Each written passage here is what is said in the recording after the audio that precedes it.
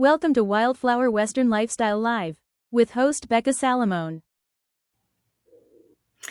Hey y'all, I'm Becca Salamone and you're watching Wildflower Western Lifestyle Live. And I'm so super excited to have a friend of mine on as a guest today. He's all the way out in Casper, Wyoming. He's got a fantastic business called Historic Trails West, and we're going to learn all about it today and his Western lifestyle. His name is Morris Carter. Welcome to the show today, Morris. How are you doing? I'm doing great. Becca, how are you doing? Yeah, I, this is fun. Yeah, I'm doing fantastic. I'm so excited to have you on here. And I've been bragging about you to all my friends, saying, I'm talking to this really cool guy tomorrow who has figured out a way to do living history out there. So, first of all, give us, an idea of what Historic Trails West is all about and your background and how you got started in that. Okay, yeah, Historic Trails West, I started that in 1991, and we had started living history wagon train trips on the Oregon, California, Mormon, and Pony Express National Historic Trails here out of Casper, Wyoming. And I do a variety of trips. We do a 2-hour trip here at Casper. We do a 3-hour Dutch oven cookout here at Casper. We do a 1-day trip, we do an overnight trip, and we do a 1-day and an overnight trip. So we have a lot of great people from all over the world that come out and take our treks on the actual historic trails to get a little bit of a feel of what it was like for our intrepid pioneers and settlers that actually took wagon trains from Independence, Missouri, clear to Oregon City and created the opportunity for the United States to move the boundaries of the United States from the Continental Divide to the Pacific Ocean. We do history and stories and read diaries and journals as we're traveling along. I also do 3 and 5-day and 7-day trips to South Pass, which was the opening of the West. Wow, that's so amazing that you do all of that stuff. Go back and just kind of tell us a little bit about your background and your history with horses or wagons or anything. How did you get involved with that? Well, I grew up always wanting to be a cowboy. And as I Yeah. got older, I had a family and realized that I couldn't really make much of a living as a cowboy. And so then over the years, I had a grandfather that had been in the freighting business, and he drove 12 head of horses pulling 2 wagons and a cooster freighting out of Casper, Wyoming to historic Pathfinder Dam and to the opening of the oil field in Midwest. And he was a homesteader there as well. So then I was on a ranch out here growing up west of town, and they had the Oregon, California, Mormon, and Pony Express trails and all of the historic trails, along with the historic Indian battles. And I got on the ranch and I started my wagon train business there, and it's been a great success, and that was 35 years ago. Wow. That's amazing. So how do you come up with the wagons? Are they reproductions? Are they originals? Well, I made 6 of those historic wagons in 1991. In 1989, I made my first 3 bag wagons, and we did the Wyoming 100th year wagon train from Casper to Cody, Wyoming, 30 days. And we followed the old Bridger Trail. And it was great fun. And then we were hearing about the 1993 150th year of the Oregon Trail. And I put together the trail from Independence, Missouri, and we ended in Astoria, Oregon, 2,600 miles, 6 months, 6 days. And my Wow. 4 daughters were 13, 14, 16, and 17 when they drove their wagons across the United States. That's amazing. So these are authentic wagons. Well, we made them as a reproduction wagon, but back in the trail days, there were 2,000 wagon makers, and they made you anything from a wheelbarrow to a 20-bow Conestoga. Our wagons are 8-bow wagons, and they're similar to the Conestoga wagon that we use mortise and tenon joints in building those. And so after doing the trails, the entire length of the Oregon Trail in 1993, and we did the entire length of the California Trail in 1999, So yes, they are authentic wagon. Wow, amazing. So tell us a little bit about what life is like on these 3 and 5 day treks. And I guess it's kind of similar to what happened way back in history. Yes, we're following in the actual ruts of the trail, and we ford the Sweetwater River at the sixth crossing, and we travel over the historic monuments and historic places on the trail that are written about in diaries and journals. And on the 5 day trips and 7 day trip, we ford the Sweetwater River again at ninth crossing at a very historic ranch. And it was later also a fort there, telegraph station, fort, stagecoach station, and very historic places we go through. And there's kiosks along the way as well that tell stories of what happened in the area. And we also do the stories of the gold rush trails because as we're going close to Old South Pass City in Wyoming, we're passing historic old gold mines. Wow. We live right on the trail. We travel in the wagons and ride horses alongside if you like. And then we get into camp at night. I have a cook and helpers that set up the cook tent. And then when we get in, we set up our sleeping tents. And we have porta potties in our equipment trailer along the way and then camp at night. But we're camping out on the trail. Awesome. Yeah, I was wondering about that porta potty thing. So yeah, I'm glad you told me about that. That's um, I bet you that's one of the most asked questions because this land is pretty remote, right? we're out there on the trail. Wow. And one day is very historic. All the days are historic. We're going on real historic places. But one day we are out there and it's just us, the wagons and the horses, and the amazing scenery. We're headed toward the Wind River Mountain.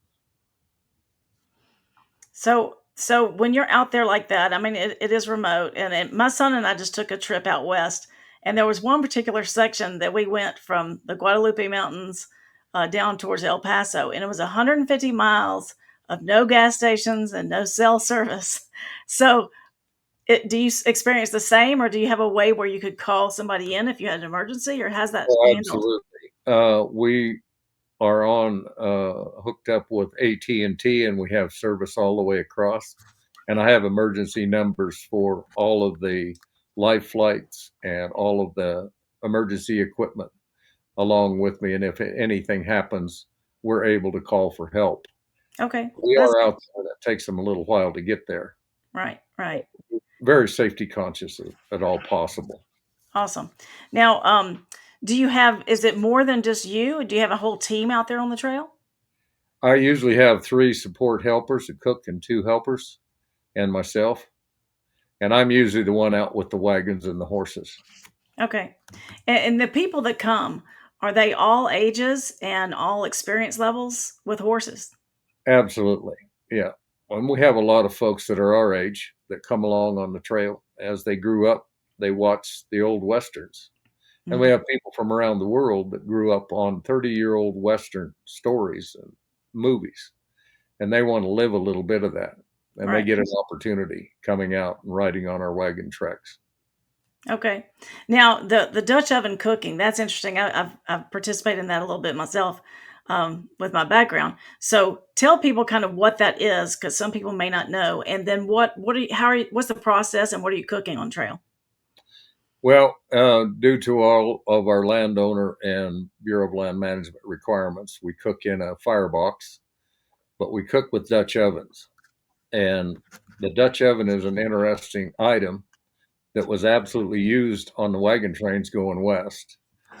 As each night, the wives had to set up the fire, which they usually just dug a little bit of a trench and put their firewood in the trench and had their campfire irons around it and set the Dutch ovens down in the coals. And the Dutch oven, as it's called an oven, it has heat on the bottom, and you take the coals and put the coals on the top lid.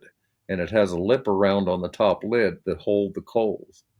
And so then you become experienced on how much heat you give each item. And we cook a main meal, and we cook a Dutch oven cobbler for each meal after the main meal. That's the best part. Sometimes. We have amazing cooks that come along. Now, do the participants do they also help with the chores and things like that along the trail? They can help with whatever they would like, but most of them help setting up their, we call them trail teepees to sleep in. And they can help with the cooking. They can help with the horses and as involved as they want to be. And what about encountering wildlife out there? Do you encounter a lot? We see antelope as we're traveling along. There has been occasions that we have seen some elk. And at one couple of summers, we were seeing a moose that would practically come into camp as we were camped there. Okay. Nothing scary like bears? Never had a visit by a bear. Say that again? Area, but we've never had a visit by one. Oh, okay. That's good. Good thing.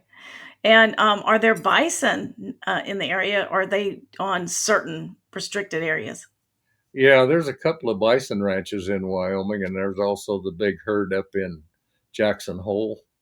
And that's where I have Buffalo Bill, I call him, behind me, and also in Yellowstone Park. So if they're really interested in the story and the history of the bison, which we call buffalo, and they were always called buffalo back in the historic days, Hmm. and you can travel and see the Yellowstone Park herd, the Jackson Hole herd, and get right up fairly close to them from your vehicle, and always be safe and don't travel up to try to pet the fluffy cows. Yes, exactly. They're not at all like cows. So, Not at all. so They're what? extremely fast and quick. People don't Yes, understand. They turn on their front feet, so they really can whip around and get to moving. They're really quick. yes. So, what's the more preferred word? Is it bison or buffalo? In the Old West, they all called them buffalo. So we Buffalo. call them buffalo to this day, but now the proper term, they call them bison to make a Okay, difference of the Cape buffalo, which is in Africa. But got you. in all Makes the sense. diaries and journals that you read, they called them buffalo. Okay. So part of this whole thing that you do is you're telling the history as you go, right? As we travel along over the different sites and places, Okay. And and so the stories of pioneers and settlers that lost their lives as they're traveling across there. It's a spirit trail. yes, definitely. So can you talk about a little bit about that and also some of the more, I guess, famous characters of the West that might have been on that trail? Well, just about every famous character you've ever read about has been on this trail. And back in the beginning, it was the ancient Indians that traveled these trails following the water. And that was when they traveled with dogs and travois that moved their goods from place to place. And then after they got the horse, which they called the big dog, they could carry more gear. They could make their teepees larger, and the teepees evolved out here on the plains. But all of the famous mountain men, Jim Bridger, James Clyman, and the real famous one was Broken Hand Fitzpatrick. And how he got his name is he was trapping and come out of the willows, and he saw Indians up with his horse, and they turned to chase him, and he took off running. And he had to outdistance them, and he must have been pretty fast because he was getting away from them. But he came to a real high bank over a creek, and he just jumped off of that, and his rifle was all cocked and ready. And when he landed, it hit in the dirt and went off and shot him through the hand. Oh And he goodness. just had to make a fist and keep on running. And Wow. that's where he got his mountain man name, Broken Hand Fitzpatrick. And he was Wow. the first mountain man that took wagons over South Pass, which opened up the westward movement. Yeah, and I read about that. That it's South Pass is called the opening of the West. Is that right? Opening of the West, absolutely. So looking at a map, that's pretty far west already. So does that just mean you're getting over the mountains at that point? Yes, before that, there was nobody had any information on what was out here. And this was the Louisiana Purchase. And from the jumping off points out of Independence, Missouri, all the way to the Continental Divide, it was called the Great American Desert. And nobody knew what was out here. So people thought they were just going to have to travel across the desert and get over South Pass into Oregon country, which at that time, the first 1843 wagon train, they were leaving the United States and going into Great Britain. Out on the trail, there's historic landmarks, and those landmarks are Oregon Buttes. And by Oregon Buttes, there's a monument out there that says Great Britain, the United States, and Spain. And the covered wagon is what moved the boundary from the Continental Divide all the way to the Pacific Ocean. Wow. Yeah, you know a lot, don't you? How much have you read on this? Oh, I've read all kinds of diaries and journals and books, and I can read a book for about 5 minutes and know if they're actually ever been on the trail. There's lots of books out there and they've never been on the trail. Hmm. They just read a lot of books and regurgitated, I call it, and then printed a book. And Right. some of it's pretty far out there. And so horses, mules, or oxen was always the question. So I go over the history of which animals were used, how they were used, and what the people had to do. And back in the trail days, everybody walked. There were no seats in the wagon. The wagons were completely tightened up to keep all the weather out of the wagons, the blowing dust and dirt if there was, the rain, and then they would set up lean-tos, pull out all of their cooking utensils every night and cook their evening meal. And the next morning, they wanted to be standing in line waiting for the signal to march. And so they Right. had to put all of their cooking utensils back in the wagon in the dark and then get ready to march. And we go through all of those history and stories on the trail. Yeah, it was kind of a tough way across there. And I also read that they needed about 1,000 pounds of food to get all the way through the trip. Is that right? Yes, they actually pretty much survived on salt pork, layers of pork and layers of salt. They carried that in barrels in their wagon. That was about 90% of their diet. The early wagon trains could hunt buffalo, and they guesstimated the buffalo in the Louisiana Purchase somewhere around 60 million buffalo. Wow, that's amazing. And do you happen to know how many are left now? Well, with the different ranches and the different herds around, they really increased from what they were in the late 1800s. And right now, I don't know the estimated total amount of buffalo that are around, but we have quite a few herds in Wyoming. Okay. Yeah, you mentioned the animals, and that was one of my questions. Is how did they take care of the livestock along the trail? Obviously, they had to carry food for them as well, right? No, No. they used grass, and they Okay. didn't leave in the spring until they thought the grass had grown up to where it would support the livestock. Okay, that's good to But know. they would have to get in, and oftentimes they would noon up around 10, 11 o'clock in the morning. And that's where they were able to do their repairs on the wagons. They were able to repair their harness. That's where the women did most of the baking and cooking. And then in the afternoon, they'd hook back up and travel on. Okay. So the animals were taken out to graze usually at that time. And they'd also try to graze them at night. And there were different years where there were so many thousands of wagons on the trail that they had to leave the trail and travel off a mile or so to get food for their animals. Goodness. Yeah. So, how many wagons do you think came west like that? Well, it's hard to guess because they don't really know how many people actually went. When I first started all of this and did the 93 wagon train, the books that were written out there said, well, only 250,000 people went. Well, when I started going, then it alerted a whole bunch of the Oregon California Trails Association folks, and they started rechecking that. And then they started checking the Fort Laramie counts of people by. And in 1850, they counted 50,000 people by Fort Laramie. So if you divide that by 5 people per wagon, that's 10,000 wagons on the trail. My goodness. And there was a guy that wrote about that. And that's one of my stories on the long trail. Awesome. So apparently you are an expert in this, and are you doing anything to preserve this legacy and pass on this knowledge to others? Well, I'm working a lot with my grandchildren and so forth, and they'll probably end up taking it over. But yes, it's very important that we preserve this history, or we're going to lose all of our history. And there's different places all around the United States that are historic spots.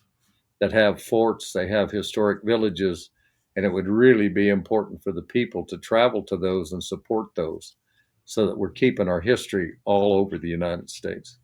Yes, indeed. And this is in Casper, Wyoming. I don't know if we said that earlier or not.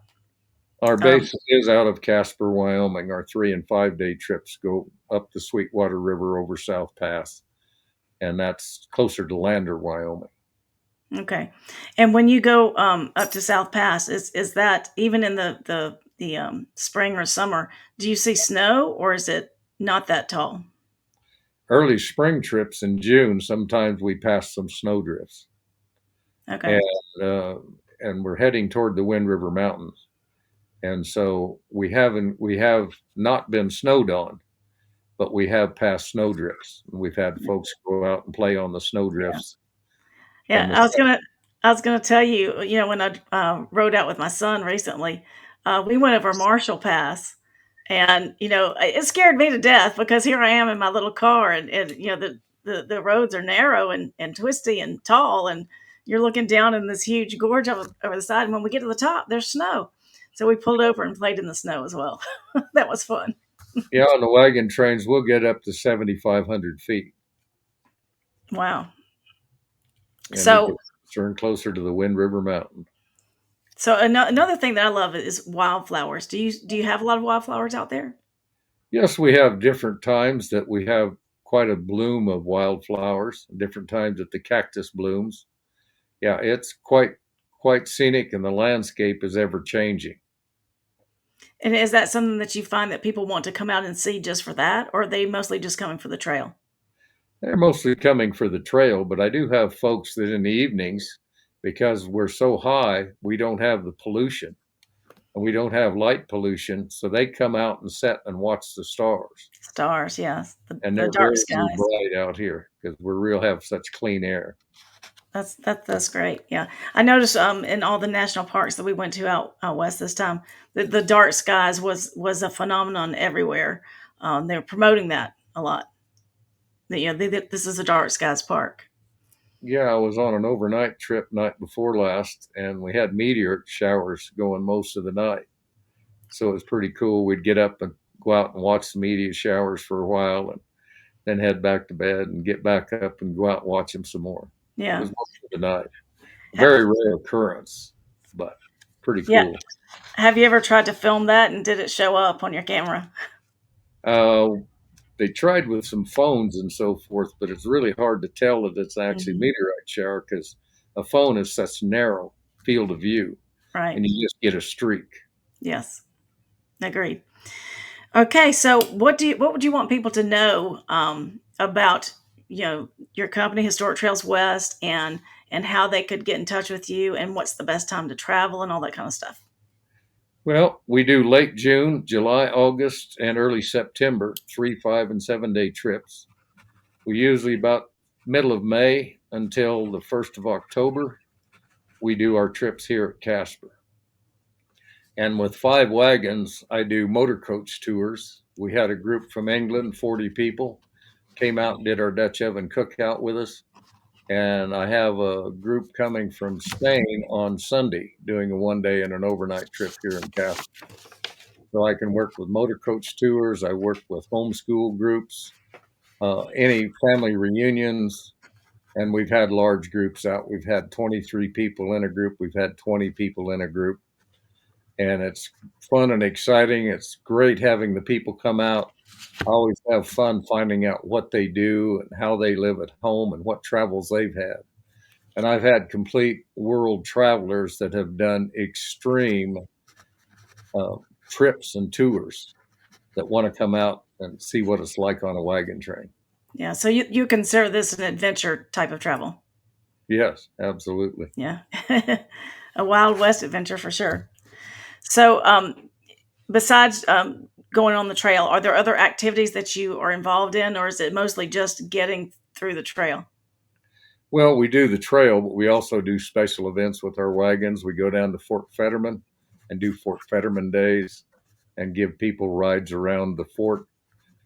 We do other special events. Sometimes we do parades, sometimes we do private events, but mainly we try to get people out and immersed in the history of the trail, how they lived, what they did, how they survived.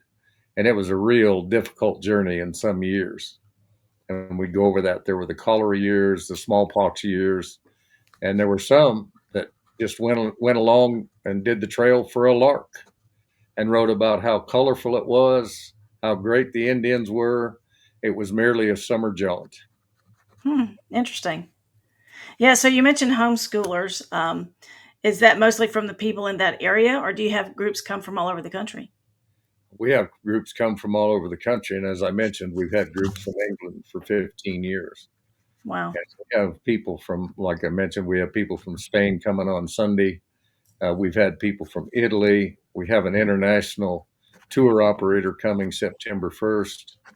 And so we do a lot of international travel as well as domestic travel. But Yeah. 80% of our trips are domestic travel folks that's heard Okay. about it a little bit and want to come out and have some fun. This next week, I have a 3-day trip with folks from New York, Awesome. and they're going to dress the part and come out and have a great fun. That's great. That would be a great corporate team building event. It would, yes, yes, it would. Do you combine anything with fly fishing, or is there no water near? Well, in Casper, they can come and fly fish before our trip or after, and there's lots of fly fishing guides that take folks out. You can Okay. also buy a license and then fish from the bank. There's different places you can along the Platte River. Up the trail, there's not much fishing that they can do, and you have to buy a fishing license from the Game and Fish and all that sort of thing. But Okay. Good to know. Now, I was going to mention when you were talking about the international travelers there. You know, I grew up learning and speaking French, and then I lived in France for a while, and I just known for a long time that they love the cowboys. They love the line dancing. They loved anything Western. So, do you have a lot of French people come over? we have them occasionally, and over the years, we've had quite a few French people. But back, the real country that was really wild about cowboys was Germany. And they would go out and form a group, and they would buy a little bit of land. They would build an old western town, and they'd have 1 or 2 horses that they'd ride back and forth through the town. They did square dancing, and I've had some of those out. Wow. They're really immersed in the West. They're I, dressed cowboy lifestyle and have great fun. yeah, I didn't realize that about the Germans. That's good to know. All right. Well, is there anything that I have not asked you that you want to share with us today? Well, we just have such great fun out on the trail meeting amazing people that come on our trips. And we have them from all walks of life. I've had multi-millionaires out, and I've had folks out that are just able to get there. And every one of them have been just great people to have along on the trips. Awesome. And since you mentioned getting there, is it difficult to get to where the trail starts, or what do people do? They fly into a certain area and then they rent a car. What do they do to get there? All of the above. We have a lot of people that drive out, and we have a lot of people that fly. And Casper has an international airport, and we have flights that come out of Denver, Salt Lake, and Billings, and they can book their trip, come flying in. And the hotel we have special rates with has an airport pickup service, takes them back to the hotel. We meet them there the next morning and lead them out on the trail. Awesome. Good to know. All right. Well, I've been flashing your website up here, but I'm going to do that again, and you tell us exactly what they need to do. So it's historictrailswest.com, correct? Correct. historictrailswest.com. And when you go to the page, you'll see pictures of me with the wagon. And then at the top, it says Historic Trails Tours. If you click on that, all the tours come up. Below the wagon, it says more information and pricing. Click on that. It'll take you to each one of the different treks we do. And then at the bottom, you click on more information and prices, and it'll give you more information about each trail and the pricing. Fantastic. Yeah, I did click through some of those things. So you're right about all that. Now, also, you have the Facebook. Is that still active? It is somewhat active. Yeah, I'm not that techie, so I don't keep it up to date every day and post a lot of things on it. But yeah, you can Yeah. find us on Facebook. Definitely, I would say that you need to post a lot of pics and videos on there. I'm displaying that right now. So it's Historic Trails West on Facebook. And speaking of pics and videos, we may try to do a little live stream from the trail tomorrow, right? Yes, we have a trip going out at 10 a.m. in the morning, and we'll get into a spot and we'll catch back up and show you the horses and the wagons and some of the scenery. Awesome. So we will definitely try to do that if we can get the signal to work. When you're watching this tomorrow, it'll be a recorded video, but then we'll come in live and show you actually what the trail looks like. Cross your fingers that everything works. Come along for the ride. Yes, absolutely. Well, thank you, Maura, so much for joining me today and telling us about this fantastic business that you have going out there. I think it's a wonderful thing to help preserve our history. And I look forward to tomorrow seeing it actually in person there through the eye of the lens. And hopefully you'll come back and give us many updates in the future. That'd be great, Becca, and thank you. All right. Thank you so much. And y'all make sure you go and follow his page and like his Facebook page and go to his website, historictrailswest.com, and also do the same for us at Wildflower Western Travel and Wildflower Western Lifestyle Live on Facebook. Thank you. Thank you. Come see us.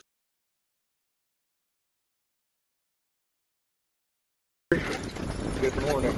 Here we are out on the historic trails going west. We're in our camp where we have our Indian teepees for our overnight treks.